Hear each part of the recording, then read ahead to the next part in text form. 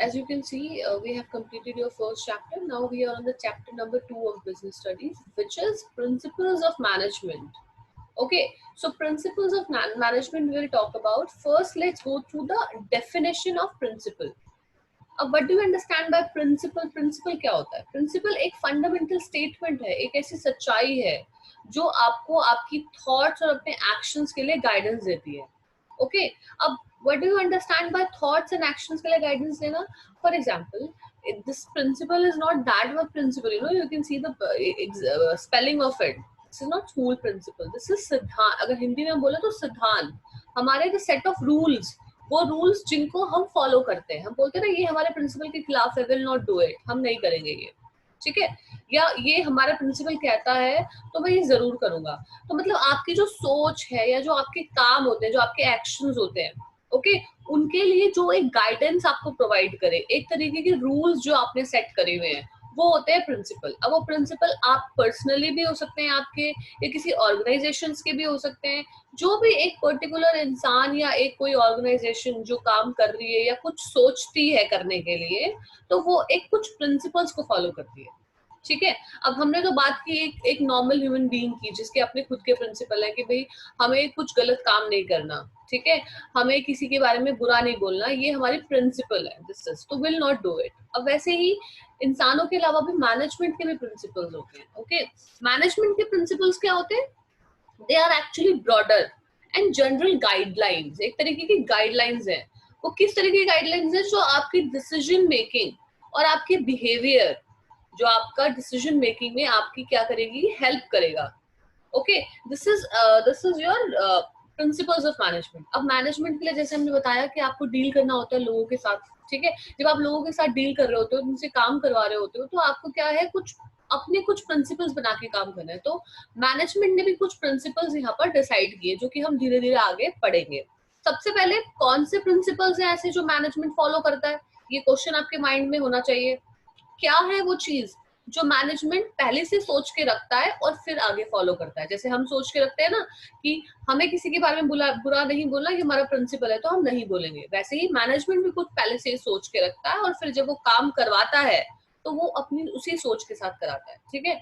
तो उस पे आने से पहले हम एक बार नेचर बता लेते हैं, बात करते हैं नेचर पे कि नेचर क्या है इसका, ठीक है. अब हम नेचर बात करें. सबसे पहले जो आपके मैनेज प्रिंसिपल जो होते हैं मैनेजमेंट के, वो यूनिवर्सली एप्लीकेबल होते हैं. Universally applicable is what? It means that it will be applicable in all the organization, whether it is a small organization or it is a large enterprises, ठीक है. Whether it is top level management, whether it is operational management or a middle level management, all kinds of management, it is universally applicable. मतलब principles आपके हर type की management में काम करते हैं. This is universal applicability. Next is journal guidelines. Okay, एक चीज बहुत ध्यान देंगे क्लास, कि आपकी जो बिजनेस के प्रिंसिपल्स होते हैं ना, they are not rigid. Rigid in the sense सख्त नहीं होते. What do you mean by सख्त होना?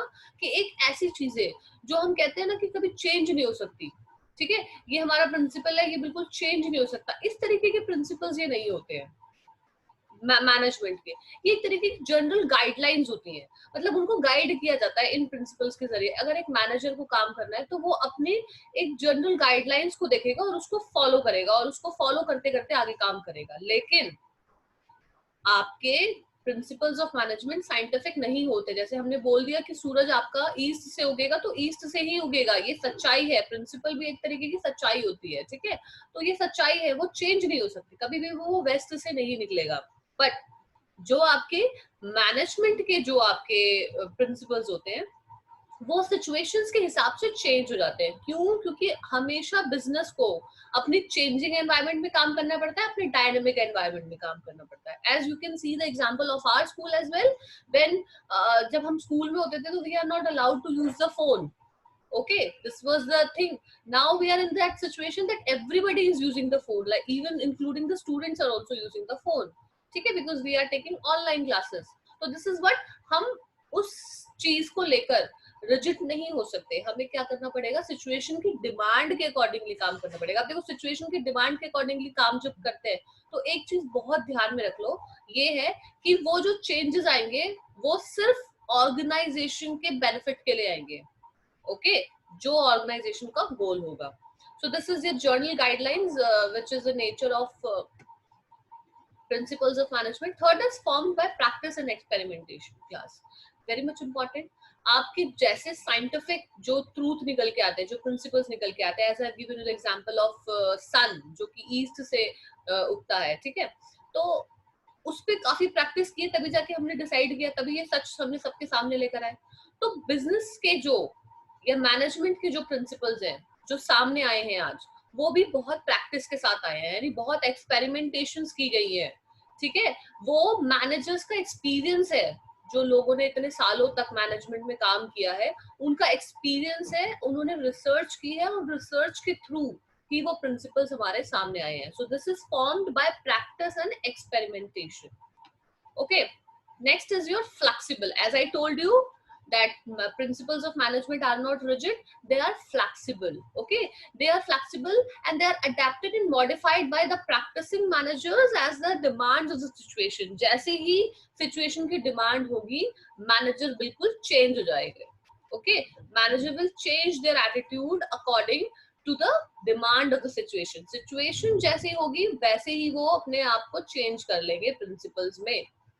ठीक है, अब वो चेंज करके चाहे वो राइट वाला रास्ता चुने या लेफ्ट वाला रास्ता चुने, तो जो भी वो रास्ता चुने, वो रास्ते की डेस्टिनेशन कहाँ होनी चाहिए, वो रास्ते का गोल जो है वो सीधा ऑर्गेनाइजेशन के गोल तक पहुंचना चाहिए. ठीक है, next is mainly behaviour. Class this is very much important. Management जो है वो सारा ह्यूमन बिहेवियर का खेल है, यानी इंसानों के बिहेवियर के साथ डील करना. क्यों? क्योंकि इंसानों के बिहेवियर को समझ के हम उनसे काम करवा सकते हैं. अगर हम उनके बिहेवियर को नहीं समझेंगे तो हम उनसे काम नहीं करा सकते. ठीक है, हमें ये थोड़ी सी अंदर अपने अंदर चेंजेस लाने पड़ेंगे. अगर बीइंग अ मैनेजर आपको काम करना है तो आपको अपने अंदर ये चेंजेस लाने पड़ेंगे कि आप सामने वाले इंसान के ह्यूमन बिहेवियर को इन्फ्लुएंस कर सकें. ठीक है, तो ये इसका एक और बहुत इंपॉर्टेंट नेचर है कि प्रिंसिपल्स ऑफ मैनेजमेंट जो है वो बिहेवियर इंसानों के नेचर, इंसानों के बिहेवियर पर डिपेंड करते हैं. ठीक है, next is cause and effect relationship. Now what do you mean bye cause and effective relationship? इसका मतलब होता है कि जो भी काम है, ठीक है, आपका जो प्रिंसिपल है मैनेजमेंट का, वो डिपेंड करेगा हमेशा से कि सिचुएशन क्या है उस पर. दूसरा, जब सिचुएशन हमें पता चल गई और हमने उसका अब तरीका निकाल उसको सॉल्व करने का, तो हमें पहले से ही पता है कि उसका इफेक्ट क्या होने वाला है. हमें बताया कि अगर हमने इस पर्सन को दे दिया है कि ये जो है एक्स्ट्रा काम करे, मतलब अगर 6 घंटे की शिफ्ट है और मैं इसको बोल दूं 10 घंटे का काम करे, तो मुझे इसका इफेक्ट पता है कि ये मेरे ऑर्गेनाइजेशन के लिए बहुत अच्छा होगा. ठीक है, लेकिन दूसरे केस में दूसरा एम्प्लॉय है, मैंने उसको बोला कि अगर मैं इसको 10 घंटे में काम दूंगी तो he will not be able to do it because he is not physically fit, तो वो इतने ज्यादा घंटे काम ही नहीं कर पाएगा. तो हमें क्या होता है, सिचुएशन की डिमांड के हिसाब से हमें तरीके पता है और उन तरीकों का हमें इफेक्ट भी पता है कि वो इफेक्ट क्या होगा. ये मैनेजर का एक्सपीरियंस उनको सिखाता है. Okay, next is contingent. Class again I will tell you कि the applicability of principles of management, it depends upon the prevailing situation at a particular time. as I told you, जो situation की demand है उस पर depend करेगा. ठीक है, एक सिचुएशन में आप जरूरी नहीं है जो आपने तरीका इस्तेमाल किया है वो दूसरी ऑर्गेनाइजेशन में अगर वही सिचुएशन क्रिएट हो जाए तो आप वहां पे भी वही तरीका इस्तेमाल करोगे. आप नहीं कर सकते. क्यों? क्योंकि शायद वहां पे इस तरीके का स्टाफ नहीं है या आपके पास उस तरीके के रिसोर्सेज नहीं है, तो आपको सारी चीजें ध्यान में रखनी पड़ती है. तो according to Terry, management principles are capsules of selected management wisdom to be used carefully and discreetly. Means कि आपका मैनेजमेंट की जो आपकी बुद्धि है, मैनेजमेंट विजडम इज व्हाट, आपकी जो मैनेजमेंट की जो इंटेलिजेंस है वो आपको इस्तेमाल करनी होगी according to the situation. Clear है क्लास?